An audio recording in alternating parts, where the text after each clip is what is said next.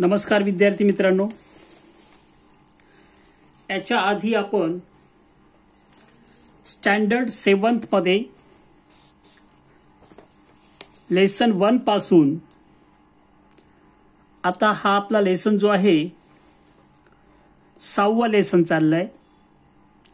Practice set 1 पासून 27 पर्यंत आपण सगळे एग्जाम्पल सॉल्व केलेले आहेत। बघायचं कसं यासाठी तुम्ही सबस्क्राइब करा, प्लेलिस्ट मधून 7th स्टँडर्ड क्लिक करा, तुम्हाला सगळे 7चेच व्हिडिओ दिसतील। माझे 7, 8, 9, 10 ह्या सगळ्या क्लासेसचे वर्गांचे मॅथमॅटिक्सचे व्हिडिओ आहेत, त्यामधून शोधायला खूप त्रास होऊ शकतो। सो ट्राय टू अंडरस्टँड, लक्ष द्यायचं आहे। आज आपण प्रॅक्टिस सेट 28 सोडवतोय इंडायसेस लेसन मध्ये, division of indices with same base. जेवढे एग्जाम्पल या एक्सरसाइज मध्ये आहे ते सगळ्यांचा बेस इक्वल आहे। जसं 2 एग्जाम्पल बघा, याचा बेस ए आहे, याचा पण ए आहे। Division of indices with the same base, तर यामध्ये लक्ष द्यायचं आहे एम बेस आहे, फक्त इंडेक्स बदललेले आहेत। Is it clear now? याच्या आधी आपण मल्टिप्लिकेशनचं केलं होतं, तेव्हा ऍडिशन करत होतो आपण इंडायसेसची। इथे डिवाइड करताना there is a subtraction of indices. So let us start now. Solution,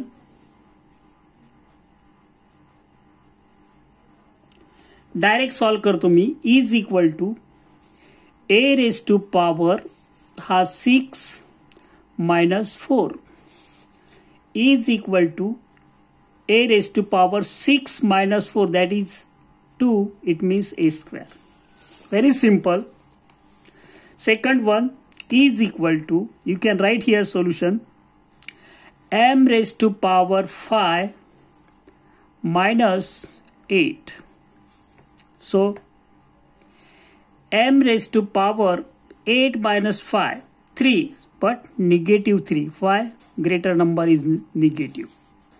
Don't get confused. तुम्ही याला पॉझिटिव्ह करू शकता 1/m³। ओके, तो नंतरचा पार्ट आहे। यानंतर एक्झाम्पल सिम्प्लिफाय चालला आपला। सेम बेस आहे पी, सेम बेस आहे एक्स। तर सोल्युशन बघा, डायरेक्ट मी करतो या ठिकाणी। इज इक्वल टू, दिसतोय p raised to power 3 minus 13। Second जो आहे तो निगेटिव्ह असतो डिनॉमिनेटर नंतर। Is equal to p raised to power -10। There is a subtraction of their indices in the division। Is equal to 10 raised to power, x raised to power 10 minus 10 is equal to x raised to power 0. If index is 0, then value is always 1. कितीही मोठा number असेल, किती greater असेल, then value is always 1. If index is 0, then आपण different way think करू शकतो। Same number divided by same number, you will get 1। Okay, so यामध्ये second example, find the value. आता व्हॅल्यूज कसे फाइंड करायचे, यामध्ये सुद्धा 4 examples are given to us. Method is same. Is equal to, solution write down here, -7 to the power 12 minus 12 is equal to -7 raised to power 0 is equal to value 1. Any number with index 0, its value remain 1. 5. Same number divided by same number except 0. Okay. Here is equal to 7 raised to power 5 minus 3 is equal to 7 raised to power, how many? 5 minus 3, 2 is equal to 7, किती, 7 7 जा 49।